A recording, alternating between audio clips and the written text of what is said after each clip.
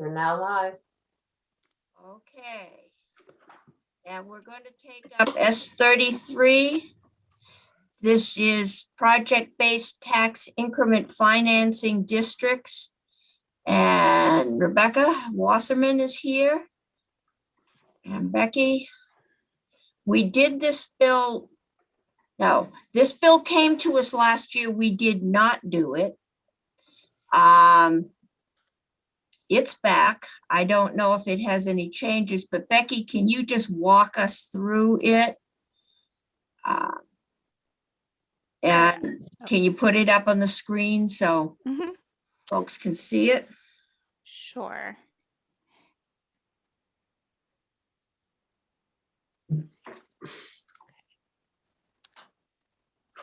So Becky Wasserman, Legislative Counsel. So you did actually pass a version of this last year out of your committee. And I think it was Then. Sorry? Where did it die? I know it. In appropriations. In appropriations, okay. Yes. So it has a lot of similarities to what was passed out last year. And I can note the differences for you. So essentially this is just as an overview. Sorry, Becky Wasserman, Legislative Counsel. I don't know if I started with that.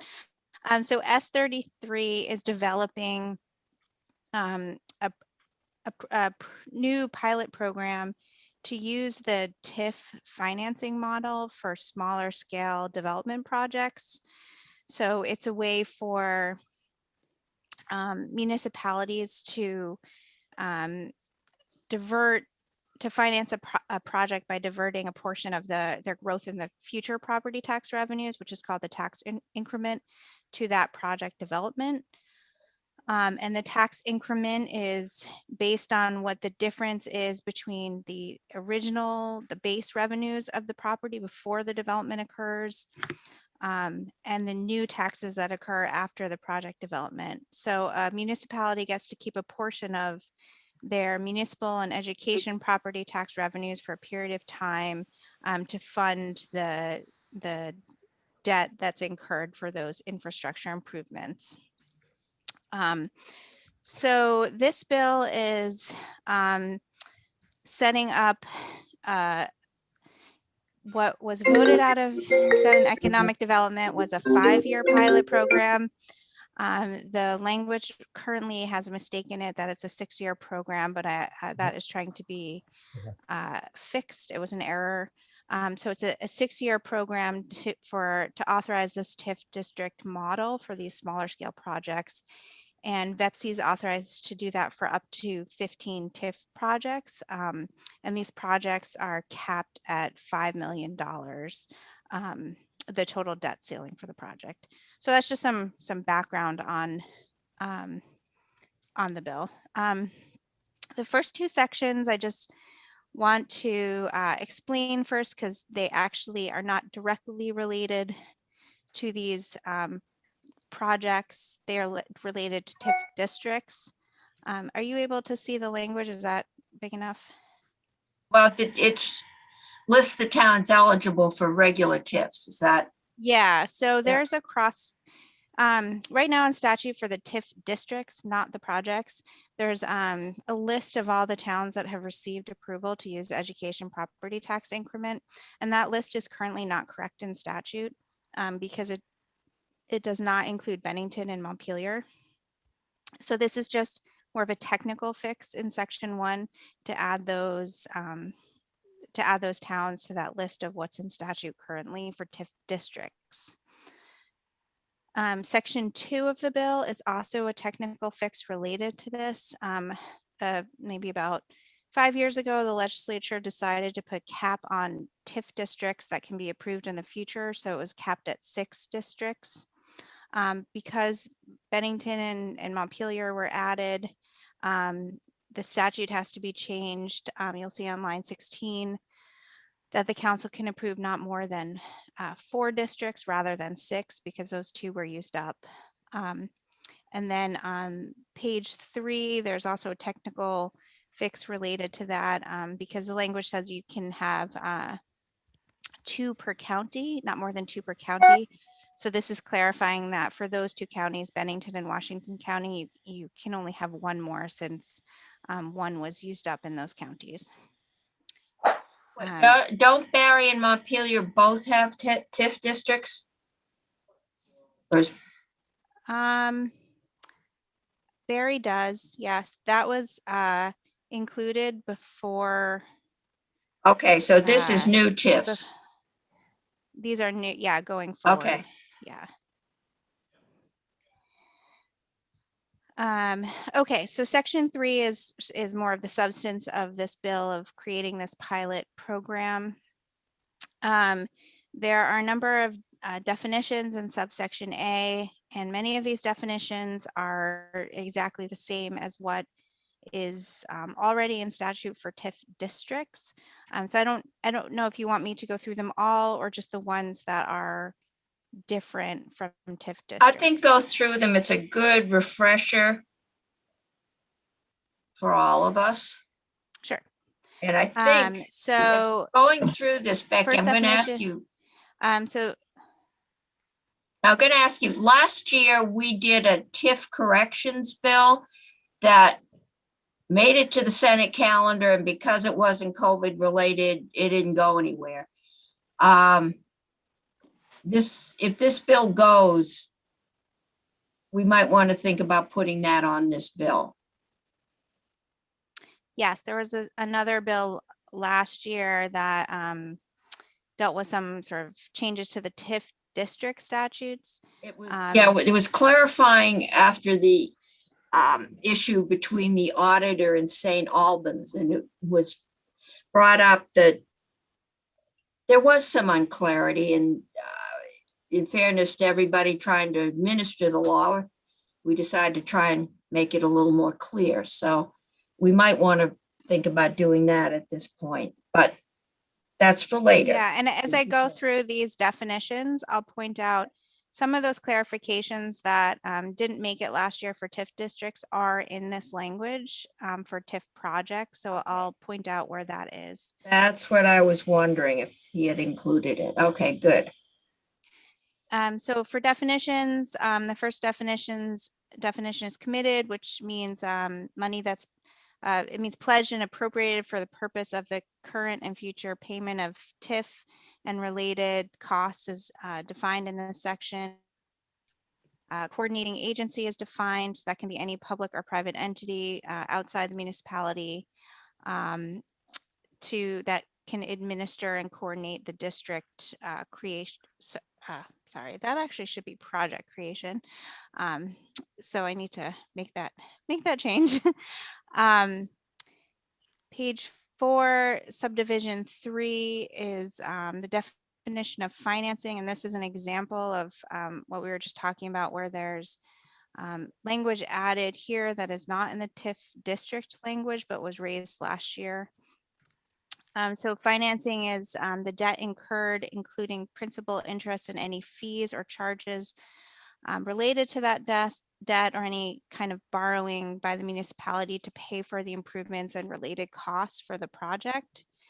And you'll see that on line 17, sorry, end of line 16, there's a reference to bond anticipation notes.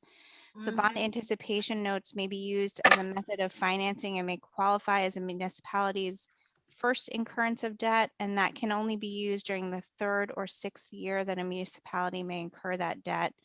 Okay. And this was something on bond anticipation notes that that was added to last year's bill that didn't make it on the TIF districts, about when you could use those notes to incur your first instance of debt. Okay. Page 5, there's a definition of improvements. So this is any installation, new construction, or reconstruction of infrastructure that will serve a public purpose. And there's some examples here: utilities, transportation, public facilities and amenities, land and property acquisition and demolition, and site preparation. The next sentence is also different from TIF districts. This was an issue that came up last year about the use of debt service, funding to pay for debt service interest payments. So in this language, this allows for funding of debt service interest payments for a period of up to 5 years, beginning on the date on which the first debt is incurred.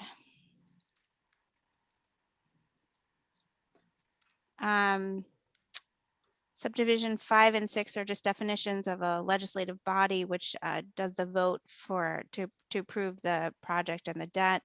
And there's a definition of municipality here. Subdivision 7 is a definition of nexus. Becky, I have a question. Sure. I think it's above the governing body. That's 3 select people in a lot of smaller towns. Is there any requirement for anybody to look at these proposals? Well, VEPSI would be approving after a municipality votes to create the project.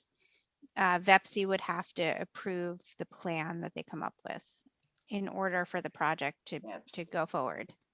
Okay. The thing that concerned me last year, when we were talking about Westford, I believe, and it's wanted to put in a septic system. And the commissioner said, well, her community, and the argument was there weren't enough people in the community to bond and pay for the bond. And my question was, well, why do you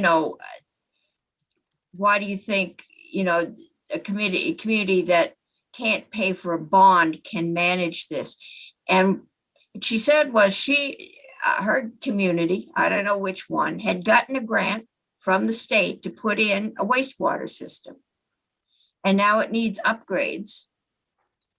And there aren't enough people to spread out the cost to afford to do the upgrades.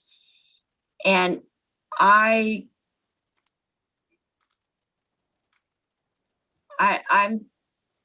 larger communities that do TIFs generally have financing departments. They have annual audits. Many small towns don't even have a town manager. If they do, it's part-time. I just want to make sure people don't. These are highly technical financial decisions, and I'm concerned that small communities banking on, well, if we build a septic system, somebody will come and put in a restaurant, are dealing in reality, and that restaurant will add enough to the grand list to pay for the septic system.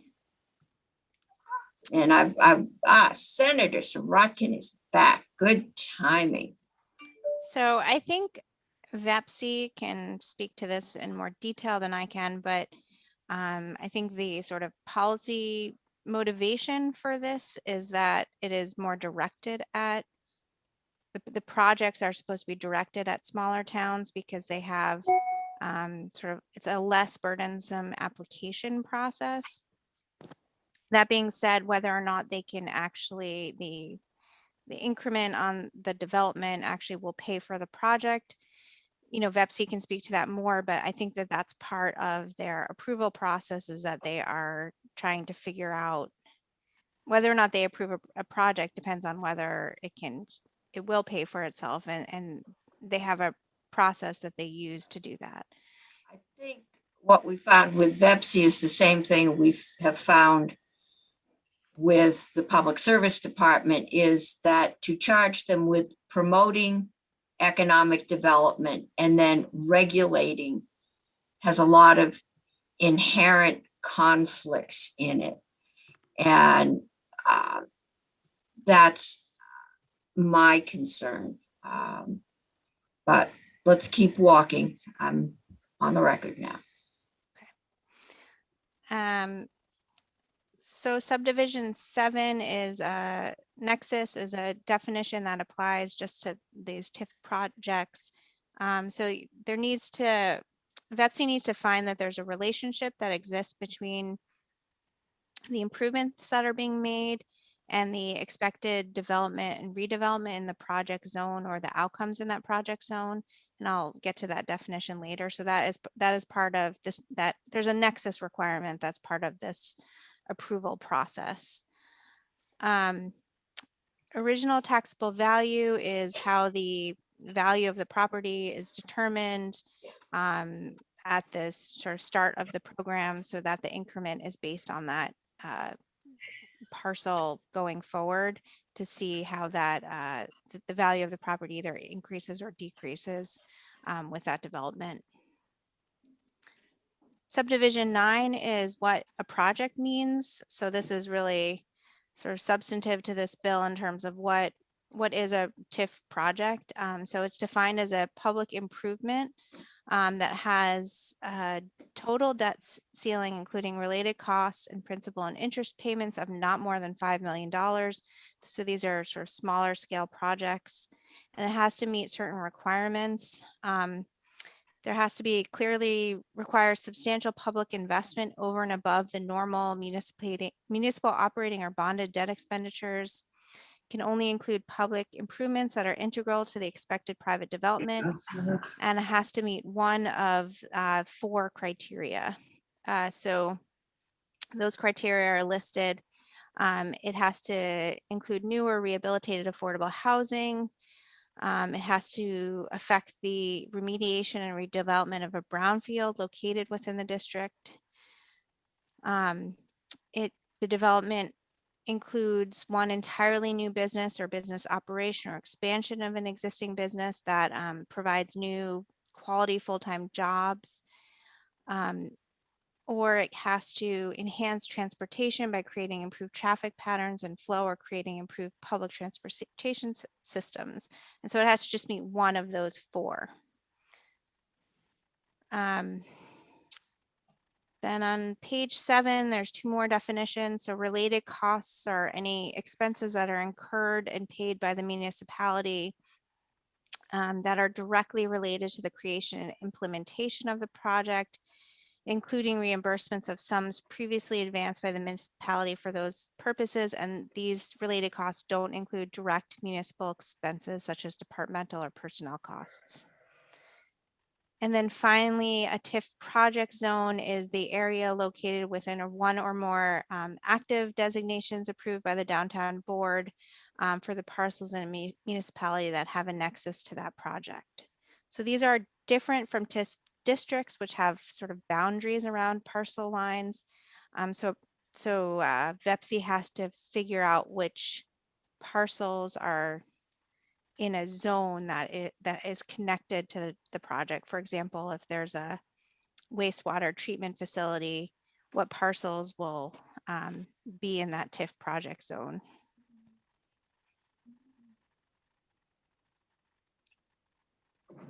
So everything in that TIF project zone the town would maintain its school tax, its state school tax. Is there any requirement that any increase in the municipal tax base be used to pay? Yeah, I'll get to that. They have to use at least 85% of the increment for municipal property taxes, which is the same for TIF districts. All right. So subsection B is the pilot program. As I mentioned, there is an error here that needs to be fixed, but the program is supposed to be a 5-year program. That was what Senate Economic Development had approved. And so it should be January 1st, 2022 to December 31st, 2026. And during that time, VEPC can authorize 15 TIF projects, provided that there shall be not more than 1 per municipality. Subsection C is the general authority for the program. A municipality with approval of its legislative body can apply to VEPC for one of these TIF projects. Subsection D is the eligibility requirements. So if we move to the top of page 8,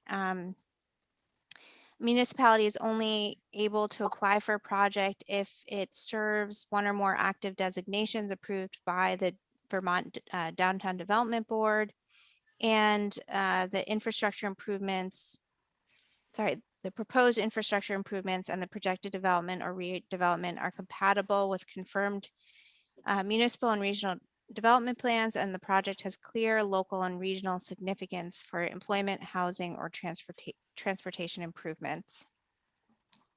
Finally, in order to be eligible for these projects, a municipality can't apply if they already have a TIF district that's approved.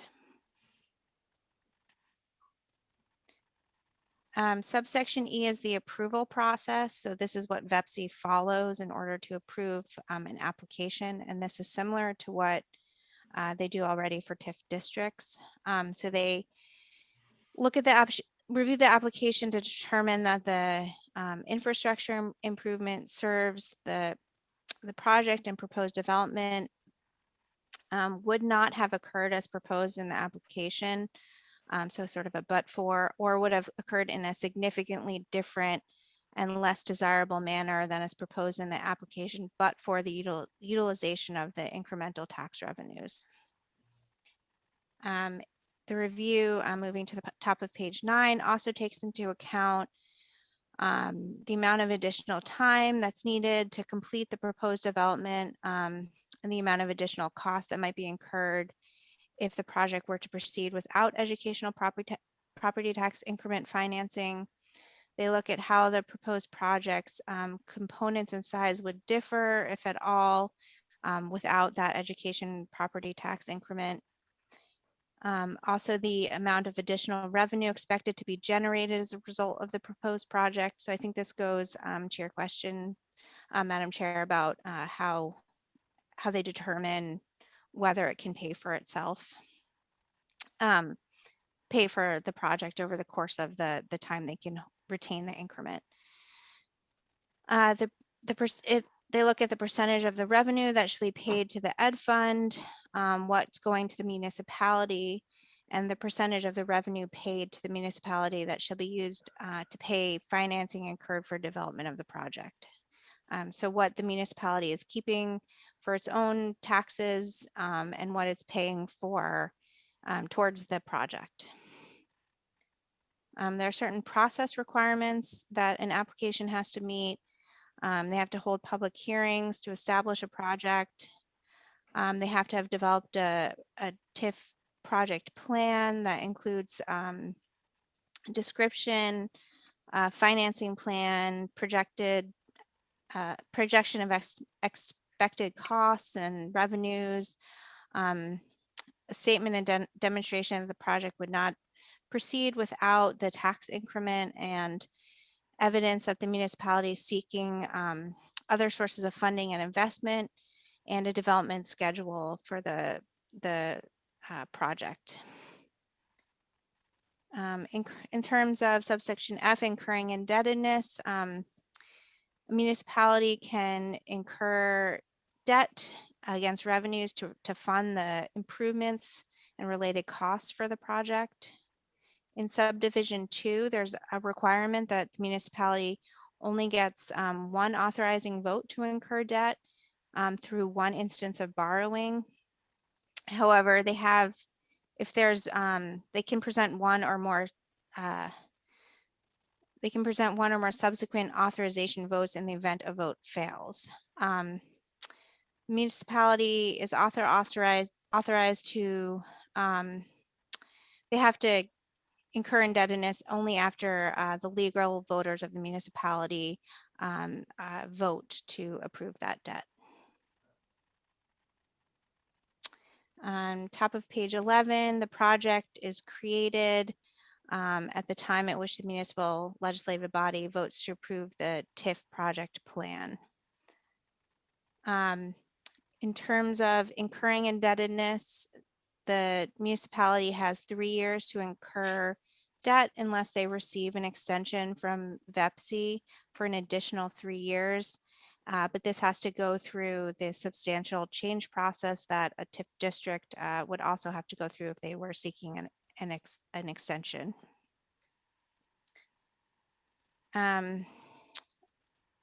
Subsection G deals with how the assessor for the municipality certifies the original value of the property at the time the project starts. And this is how you, going forward, they determine whether the property has increased or decreased relative to that original taxable value going forward. In terms of tax increment, the lister, and this is all the same language for TIF districts. The lister or assessor has to every year look at how to determine what the increment is on that property based on the original taxable value of the property. And every year that the assessed value exceeds the original taxable value, the municipality has to hold that amount apart to pay for the project. And that amount that's being held apart is called the tax increment.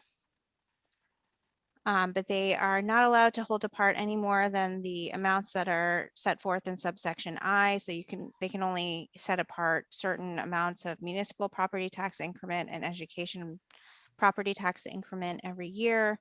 And they have to keep a special account that's segregated to kind of account for these separate amounts.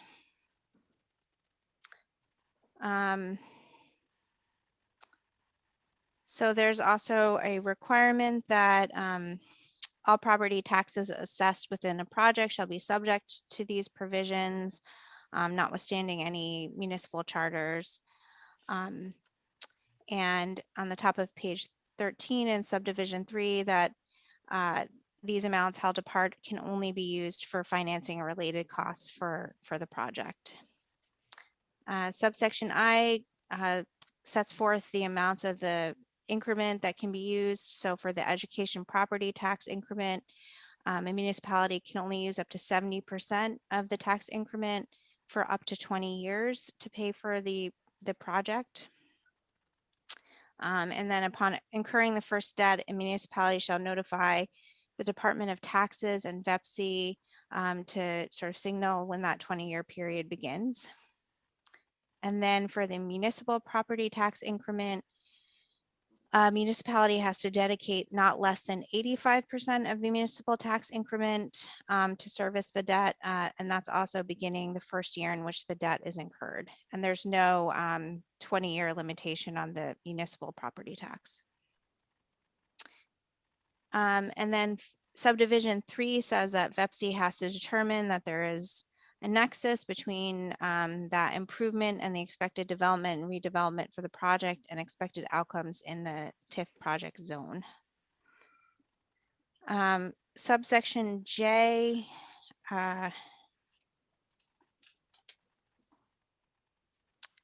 sets forth how increment may be used if it exceeds the committed amount to pay for improvements and related costs. This is similar to what a municipality would do for a TIF district as well. Subsection K is reporting requirements for a municipality. So a municipality has to develop a system segregated for the project to identify, collect, and maintain all data and information necessary to fulfill reporting requirements. And that has to include performance measures.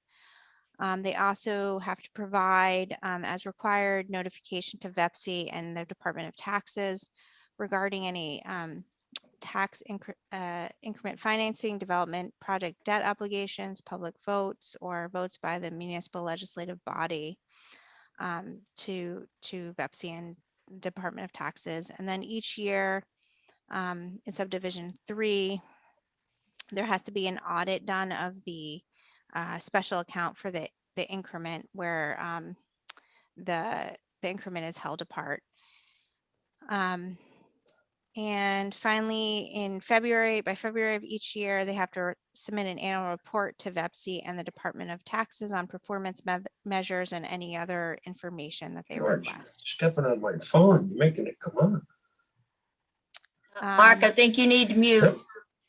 Page 16 is an annual reporting requirement for VEPC and the Department of Taxes. So they have to submit an annual report to your committee and Senate Economic Development, as well as House Commerce and Economic Development and Ways and Means on April 1st of each year, by April 1st of each year. And that includes information on all of the approved projects, such as descriptions of the projects and the scope and value of the projects and what improvements and developments were made, and how much projected and actual incremental revenue amounts were and just different performance measures that were used for approving those projects. Subsection M is an audit requirement. So annually until the year following the end of the period for retention of education tax increment, a municipality with an improved project has to submit an annual report to VEPC by January 1st, which it provides them with sufficient information to prepare VEPC's reports. And by April 1st, they have to ensure that that the project is subject to an annual audit under one of two municipal auditing requirements that are set forth in statute. Subsection N is giving the Secretary of Commerce and Community Development authority to issue decisions with respect to TIF projects. So if there's any questions on the administration of a project or the sort of enforcement issues or noncompliance of issues with statute, that the Secretary has authority to issue a decision on it, and VEPC and subdivision 2 is tasked with preparing recommendations for the Secretary prior to the issuance of that decision. This is a process that's also in place for TIF districts currently. And there's also a sort of process where an appeal is permitted to the Secretary in court if for determinations of questions of law. Subsection O is allowing VEPC to adopt policies that are consistent with its 2015 TIF rule to apply to the projects. The TIF rule applies to the districts. Considering the shorter time period for this pilot program, a rulemaking would take a little bit of time. So instead, the bill is allowing for policies that are consistent with this existing rule that's in place. And then section 4 is the effective date, and it takes effect on July 1st of this year.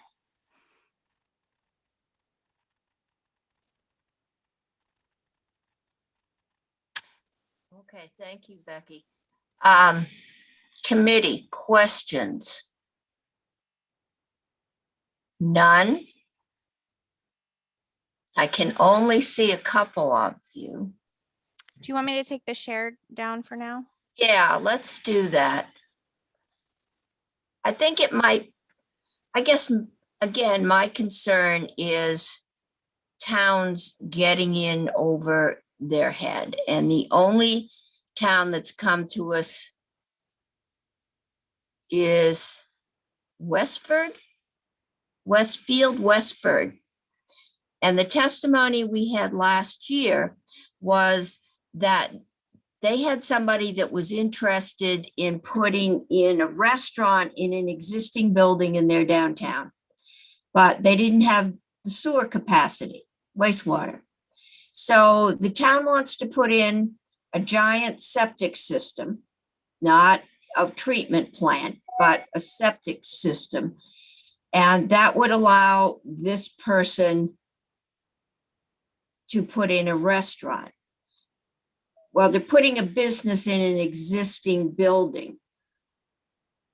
who determines if the enhanced value from that building is going to cover the cost, or what happens if that restaurant doesn't go in or went in last year and then never could open, or goes in and goes out of business in 2 months? Who, because the septic plant is publicly owned, it's not going to generate any revenue in and of itself. And with a major TIF district, you have to have a project. And the project is based on, an appraisal of that project. And Hampton Inns is, says we'll go in, and there's a contract, and it says we'll go in if you do thus and so. Build a parking garage seems to be standard. I'm wondering, saying somebody says, I'll put in a restaurant, and the revenue from that restaurant is going to pay a 20-year bond. What happens if the turnover in small business is, I believe, before the pandemic, somewhere around 50%. What happens? What are we trying to accomplish? Okay, Senator Pearson. Becky, I think the chair asks a good question. Can you help us understand the extent to VEPSI's oversight here? I mean, are they reviewing the books of the proposed businesses that will go in if the public investment is made, or are they reviewing the just the sort of sketch of it? Like how deep is the analysis? I don't know if I can answer how deep the analysis is. I mean, I think the language speaks to them.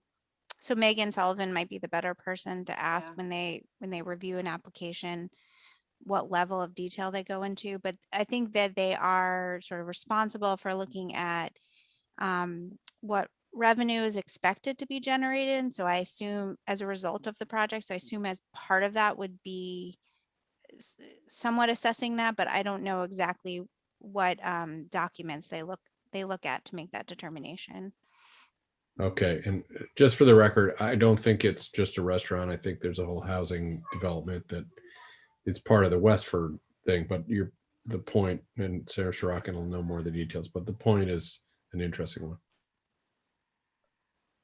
Okay, Senator Sorokin, have you? I wanted to say a couple of things. One is that we heard from a couple of other municipalities who really want this this one of which was Middlebury.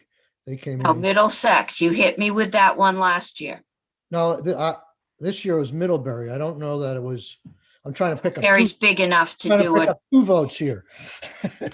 I've gone beyond Middlesex.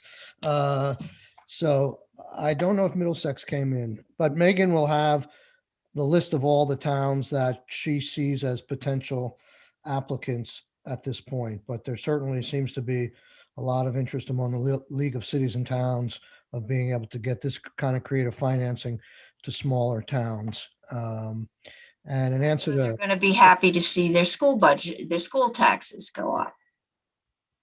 well, that the idea is that they will, in the long run, eventually come down. Then we just get back into the but-for argument all over again. It always comes down to the but-for argument. If you think these projects would have been built without the financial help, then you're probably going to lose some education tax credit. If you don't think they're going to be built, you're going to gain some education finance tax revenue.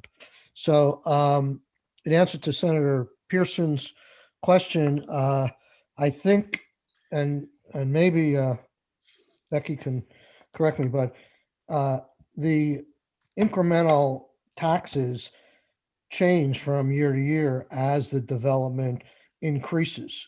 So it is possible that something that's assessed at a certain value may lose some value for who knows what reason. Maybe the market, maybe there's no revenue coming in, but it can go up and down. So in the first few years, it may be slow in coming in, but in the outer years, when like Westford gets fully developed and the project itself is defined up front.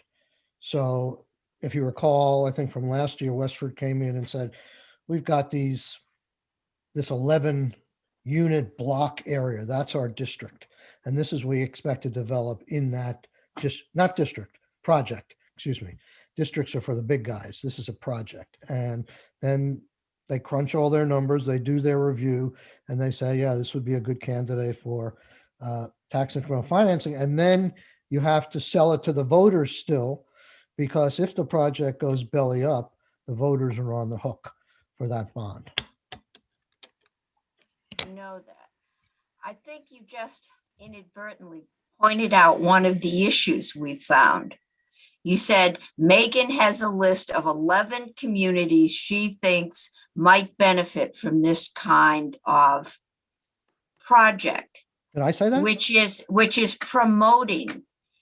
And at the same time, we're asking VEPSI to promote, we're asking them to regulate. But if they're promoting, there's a conflict of interest here. If you're promoting it and you want these towns to do this, then how really critical are you going to be of their financing plan? I'll be very upfront and transparent here. I didn't realize that there is a promoting requirement for VEPSI to go out to these towns and say, come apply and take our money.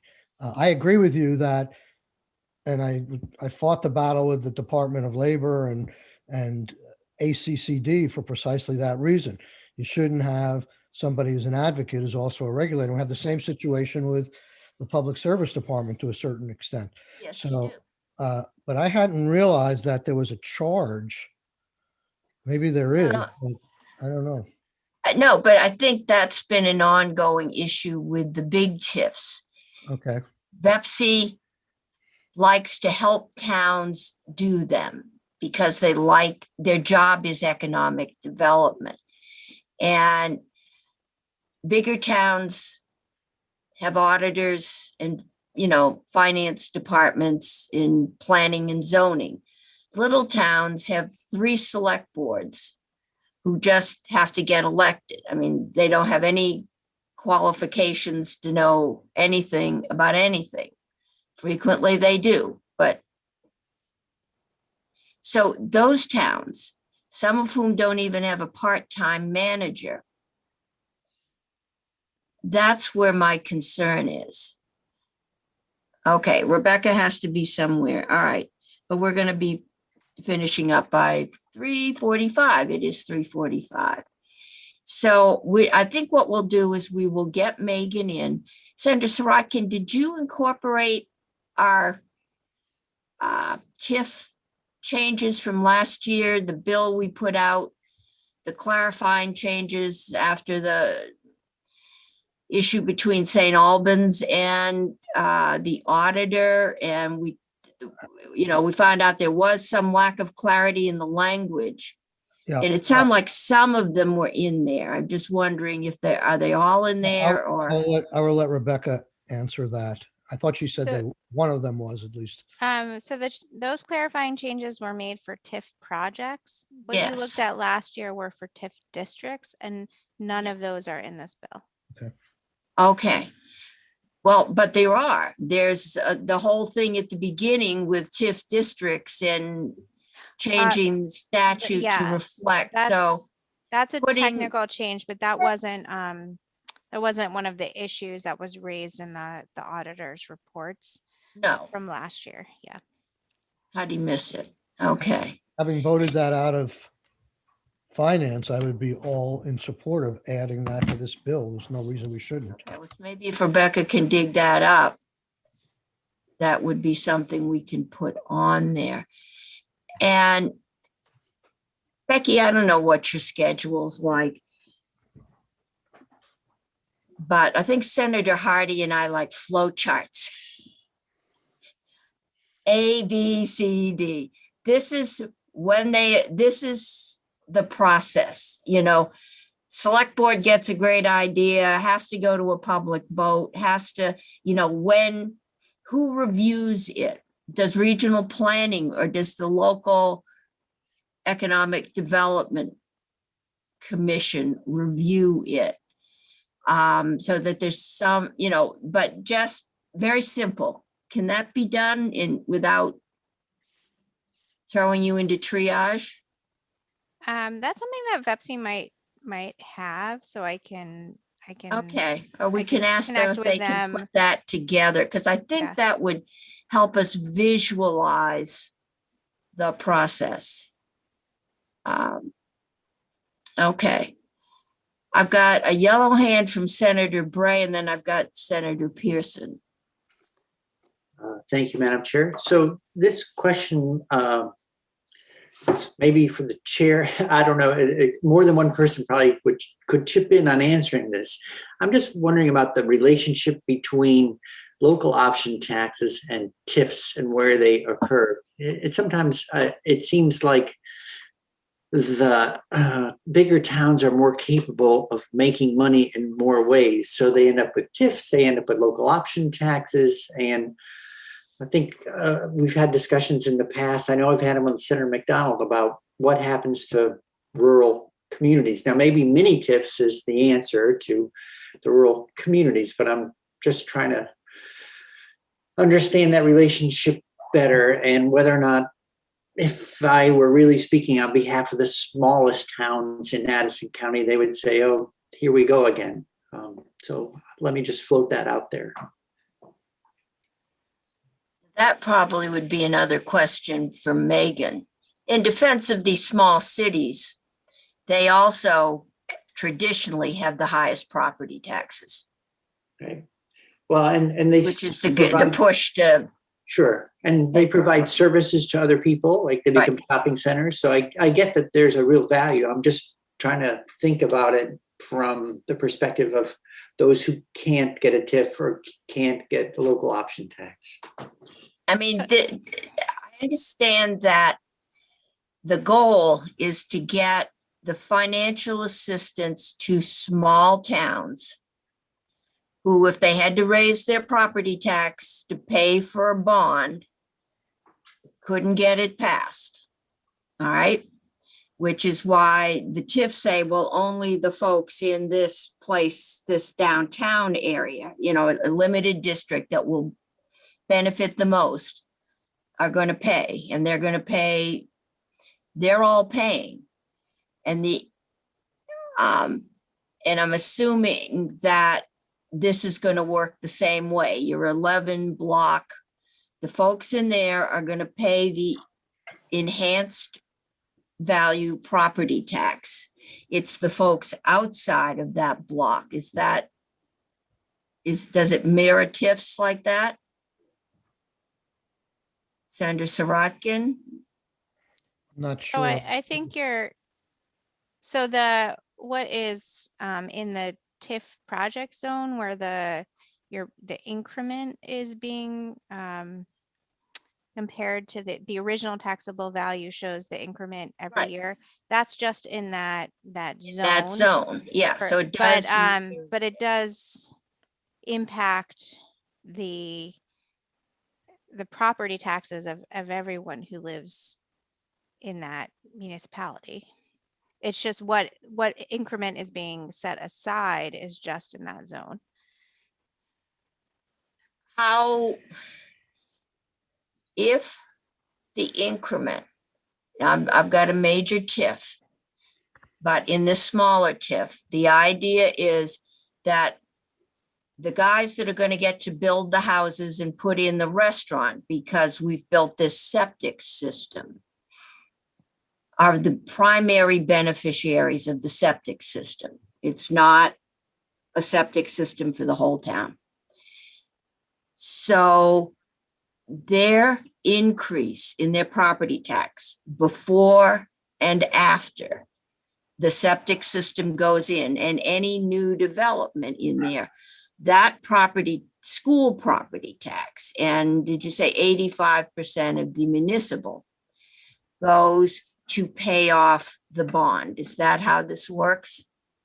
Okay, Yeah, they use a percentage of the increment, the municipal increment and the education property tax increment to go towards the debt that's been incurred.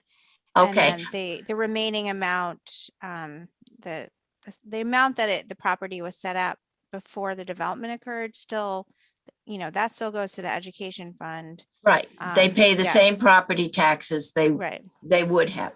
Yeah, but the town is not getting the immediate benefit of the increase in the value. They will get that once the project is completed. Is completed. Right, yeah, I think the risk with smaller towns, I would assume, there's an advanced risk when you're saying, well, if we build a septic system, they'll build housing. And then the bottom falls out of the housing market, as it did a number of years ago. And housing markets do this. It's a historic cycle. And we've already had to extend one TIF because they hit as the economy bellied out. But these are small towns. Bigger towns have more resources, it's like bigger schools can move things around. I'm just trying to figure out the protections here. So Senator Sirotkin?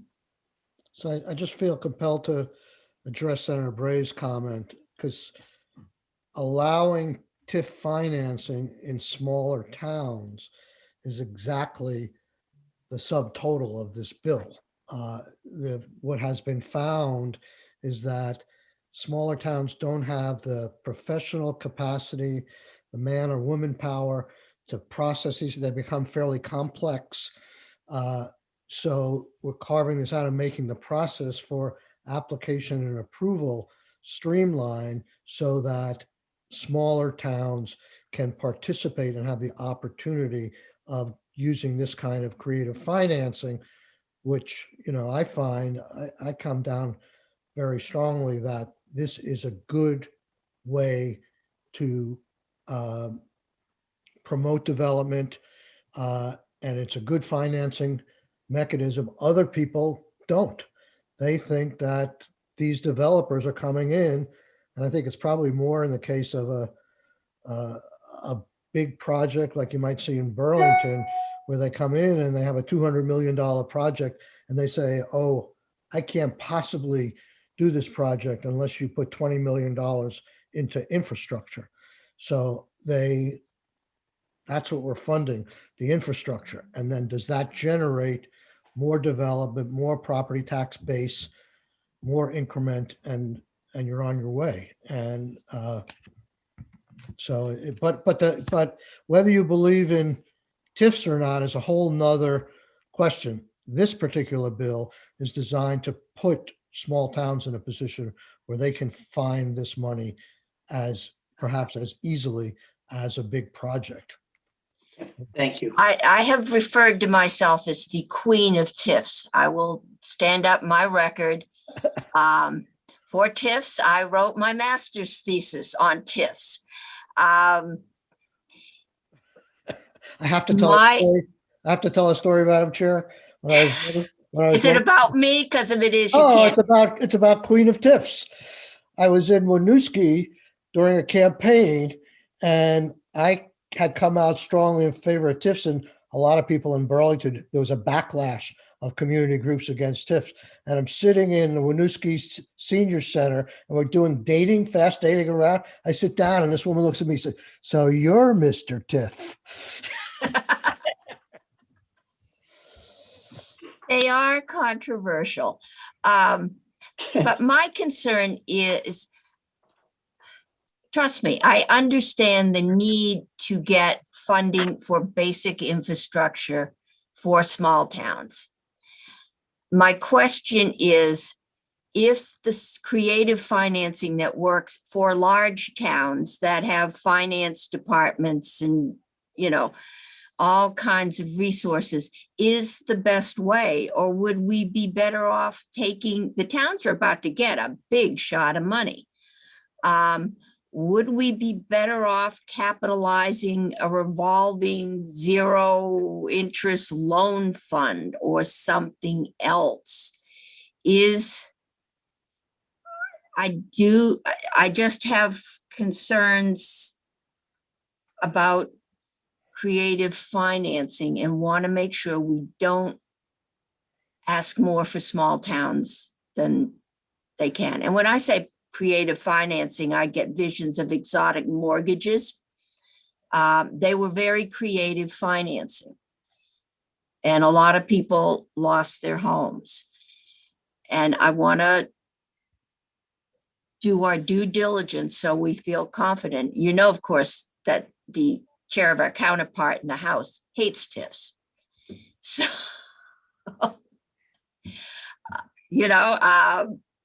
so talk to me. Okay, Senator Pearson. Madam Chair, if you're the queen of TIFs, you're in good company because royalty have been fleeing the crown left and right. I know, I can't even read. I keep saying, who cares?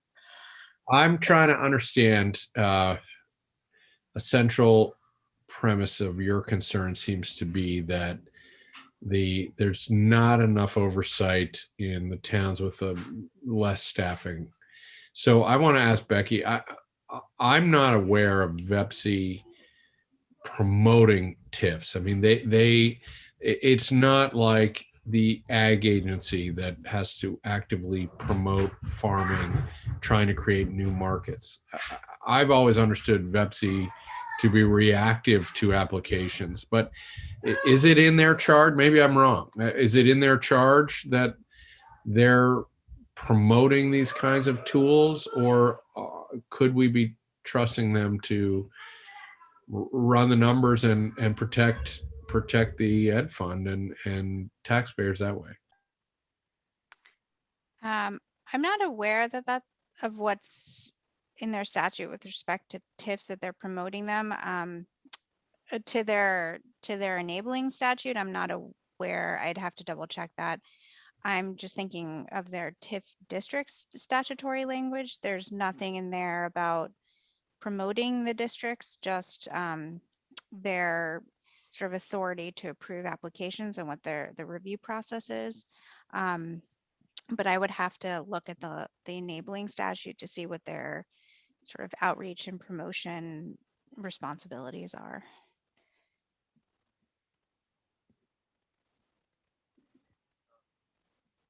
Let me finish. Okay. Yeah. Let's see. There's nothing in statute that says that the department promotes broadband, but in actual function, they will be in here advocating for this bill. I'm just trying to find, everybody has a regional economic development board, right?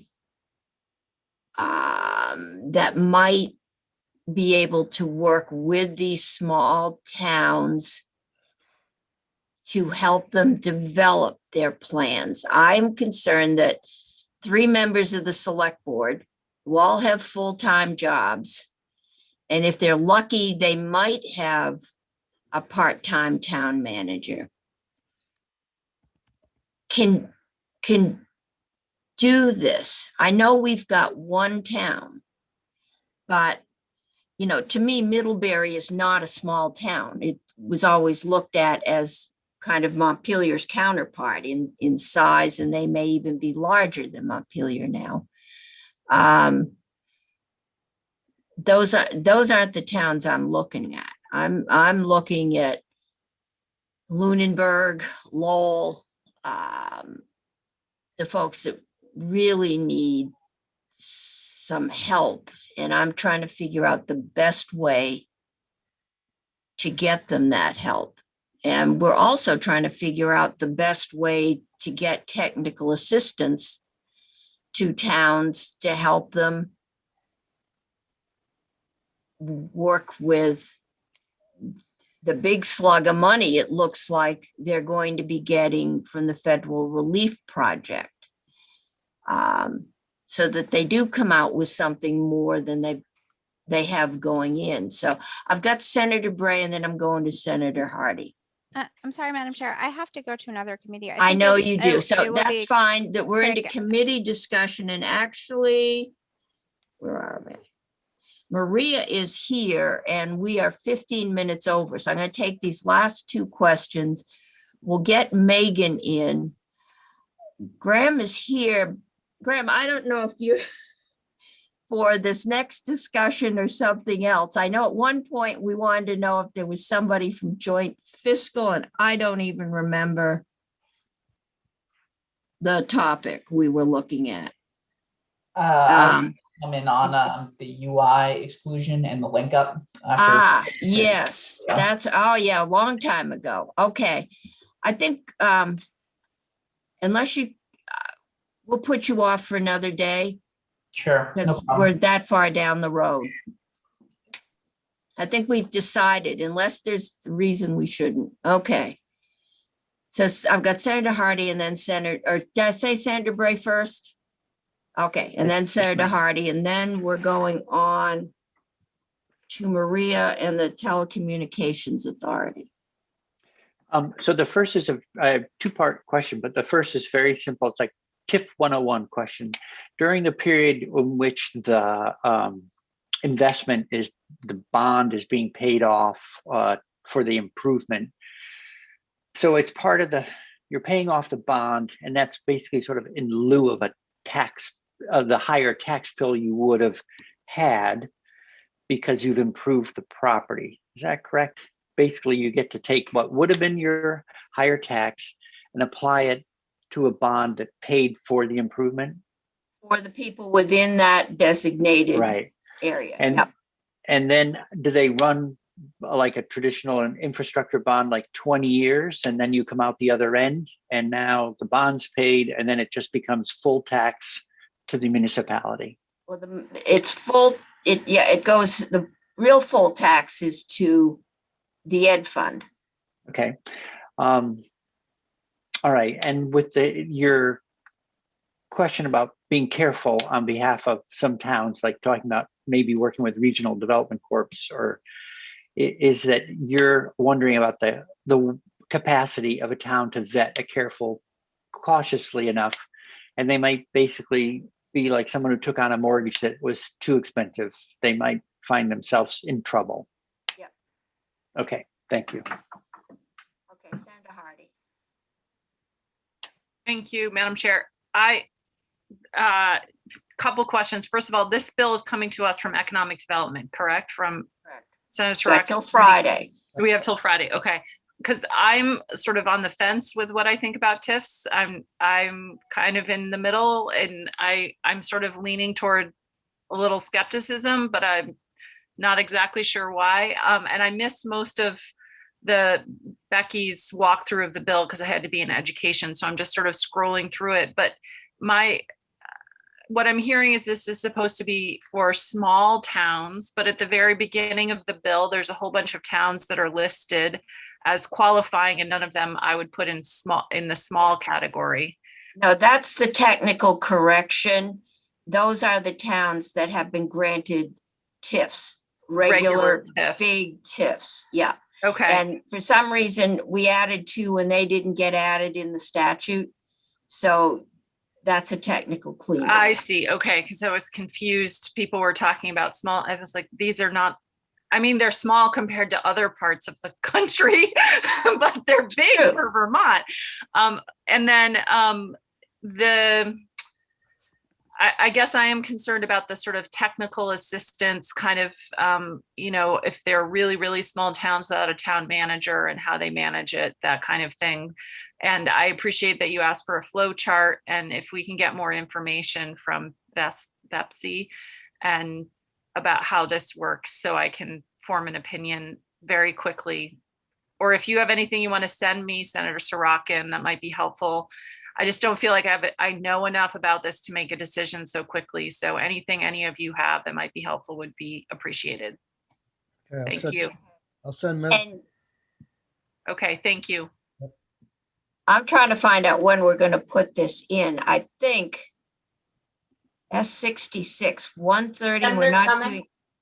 I'm Yes. working on it and I'll get it Okay. in I'm tomorrow. thinking maybe 2, I've got to, well, you can do this on your Senator own. Cummings, there are very limited spots with Rebecca Wasserman, but I think I've got it Okay. and I'll send it to you shortly. Okay, I'm thinking we can put Michael Pichek off too. We're gonna do it tomorrow, actually.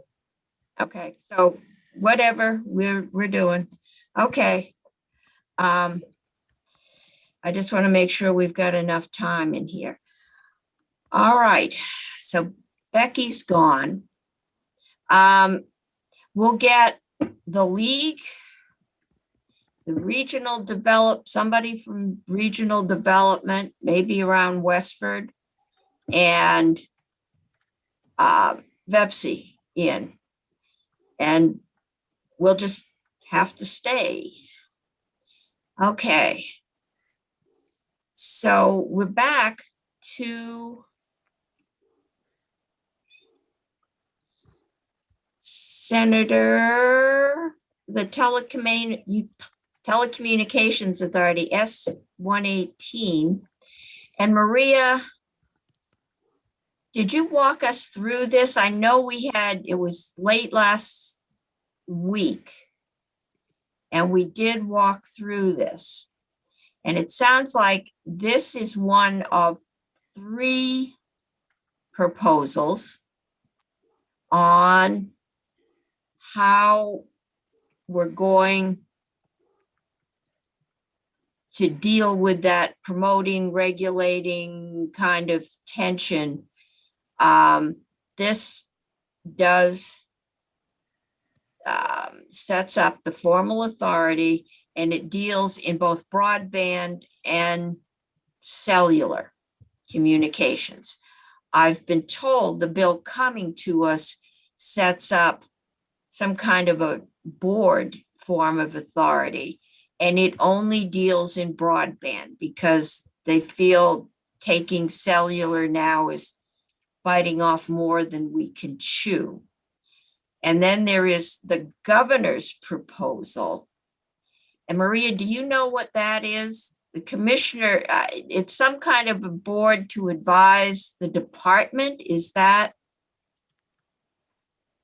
I think that's right. You know, I'm not that familiar with the program. I think the commissioner shared a white paper, if I'm not mistaken. Yeah, sometime. Yeah, like a month ago, 2 months ago. Yeah. And I'm just looking, so this was the governor's recommend of $20 million. And I believe they proposed to establish a broadband infrastructure deployment fund.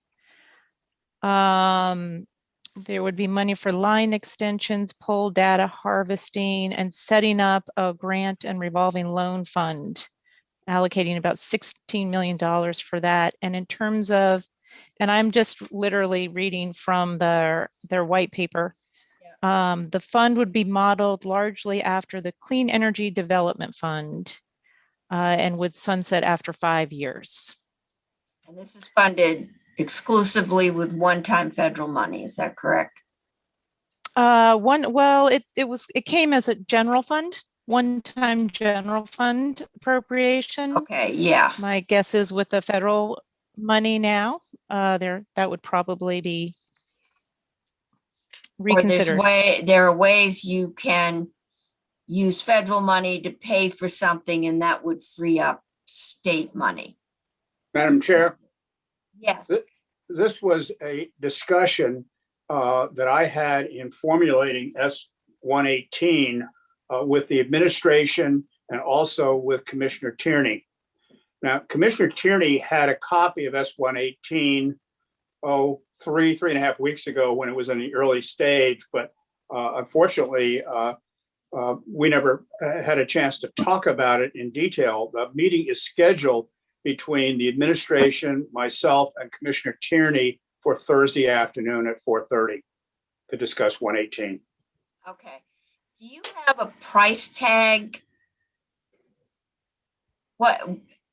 I The know price this tag been- that I put in 118 was 20 million, and that was based upon what the governor had. But frankly, that is not detailed in terms of how that would be used. So it's an out of the air number. I'm just wondering about the cost of the authority. It was last time- not detailed in 118. I mean, it's something we can certainly do. The information is there to do it, and the concept is there, but I did not detail it in the bill. Because that's ongoing cost. We can put up It's lines. ongoing, and poles. but Yeah. the vast majority, the overwhelming majority, is obviously intended for use as a revolving fund in order to carry out the activities that the bill calls for. I think we could certainly be much more specific in terms of what it would take to get this off the ground in terms of administrative expense. And the expenses, I don't think, are huge by any means. Okay. Does it Some have? of it would obviously be transfer, because one of the things in the bill is transferring certain positions and presumably funds from the Department of Public Service that would be used to carry this out. I think all you're going to get is Clay. I think what you're going to get is Rob Fish, probably even more. Yes, than yeah, Clay, Rob is, yes, you because probably would get Clay Rob. also has, I believe, some line responsibility, and so that's got to really be carved up as to what of his functions stay in the Public Service Department, and whether he does or not. I mean, I'm agnostic. Okay, yeah, well, it didn't, we discussed it, didn't we recommend, or we're going to recommend that, I think we did hire one more person Yep. in that Mhm. department to help the CUDs. Yeah, with- at least. And Yeah. we also, in the bill, the broadband core, as envisioned in the Matt Dunn proposal, is there to provide those temporary arms and legs to actually go and implement and train and teach and inform consumers and assist in the installation. And that's a 2-year operation before it sunsets. Okay. Senator Pearson. Thank you, Madam Chair. I look forward to us digging into Senator Brock's broadband proposal, and especially when we start digging into the House proposal. But I wonder if it's appropriate at some point today to ask Faith, and we may lose her before long, to help us understand the bills that we just got. We have to get a bunch moving. Some of them may even have to go to a probe, so they're not even a Friday deadline. And I'm certainly not, I don't have an understanding of those bills. And I wonder, maybe if I'm the only one, that's okay, but I would suspect it would be useful for us to understand.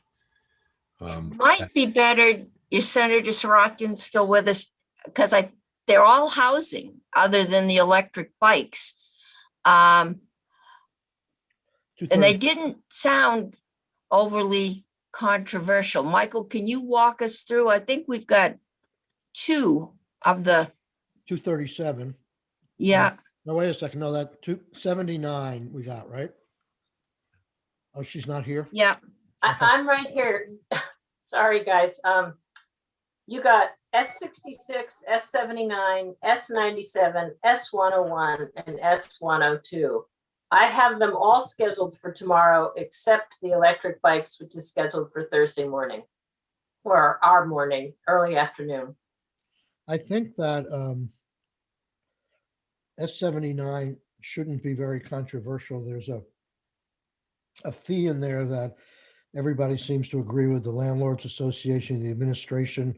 It's a fee to establish a rental registry and to promote fire safety, to do inspections of code enforcement in housing. It's been around for only about 40 years as an issue. But now it seems everybody's on board. I think it proposes a $35 fee. I don't think it may not even start in the next fiscal year. It either starts in January or in July. That, I think, is the one finance issue in that one. 101, I think is pretty simple. The only thing that's in there for finance is 101 is the tax credit increase of 1.75 million that the governor proposed. Is that the downtown tax credit? Downtown tax credit. I think that's all that's in there for finance. So those things are pretty narrow. We should be able to go through those fairly quickly. Okay. Thank you. I can tell you 102 is got a fee for agriculture. That's what Senator Is Hardy. that the chicken bill? Yes, yes. But I would guess that also needs to stop in a probe. So I don't know that, and I'm not. It's one of the rules that I don't really understand how to decipher. But you know that a bill that carries an probes has to get out of here tomorrow at the latest. Do I have that right? Well, with rule suspensions, no, but without it, yes. Okay. Well, we're going to do it tomorrow, and there's no reason why, if all there is a fee in there, I'm sure not taking testimony. Is this the one on, are you feeding chickens, chicken feed or compost? Is that bill? Food waste. It is that bill, and it is just a current fee that gets extended to a few more products in the. Okay. Well, I think we ought to be able to knock a fee out, because that's all we're going to do. All right. Did we get S25, Faith? We did not. What's S25? It's the cannabis bill, and for some reason, maybe that went to a probes. Maybe it went First. I'll look at where it's living. So Hours. we have 66, 79, 101, 102, and 111. Is that right? 101 and 102. 66, 79, 101, 102, and 111. No. No, There I go again. That's okay. They're all on our agenda for tomorrow if you want to peek. But S66, S79, S97, S101, and S102 we got today. And they're all on for tomorrow. Okay. And it sounds like they're pretty. And S25 went to appropriations. Yeah, the TIF is probably the one that's going to take us the longest to work out. So I think discussion on the Telecommunications Authority. We put this in when we had nothing this week, but knew, and we did the same with the governor's appointments, because as of last Thursday, when we did the agenda,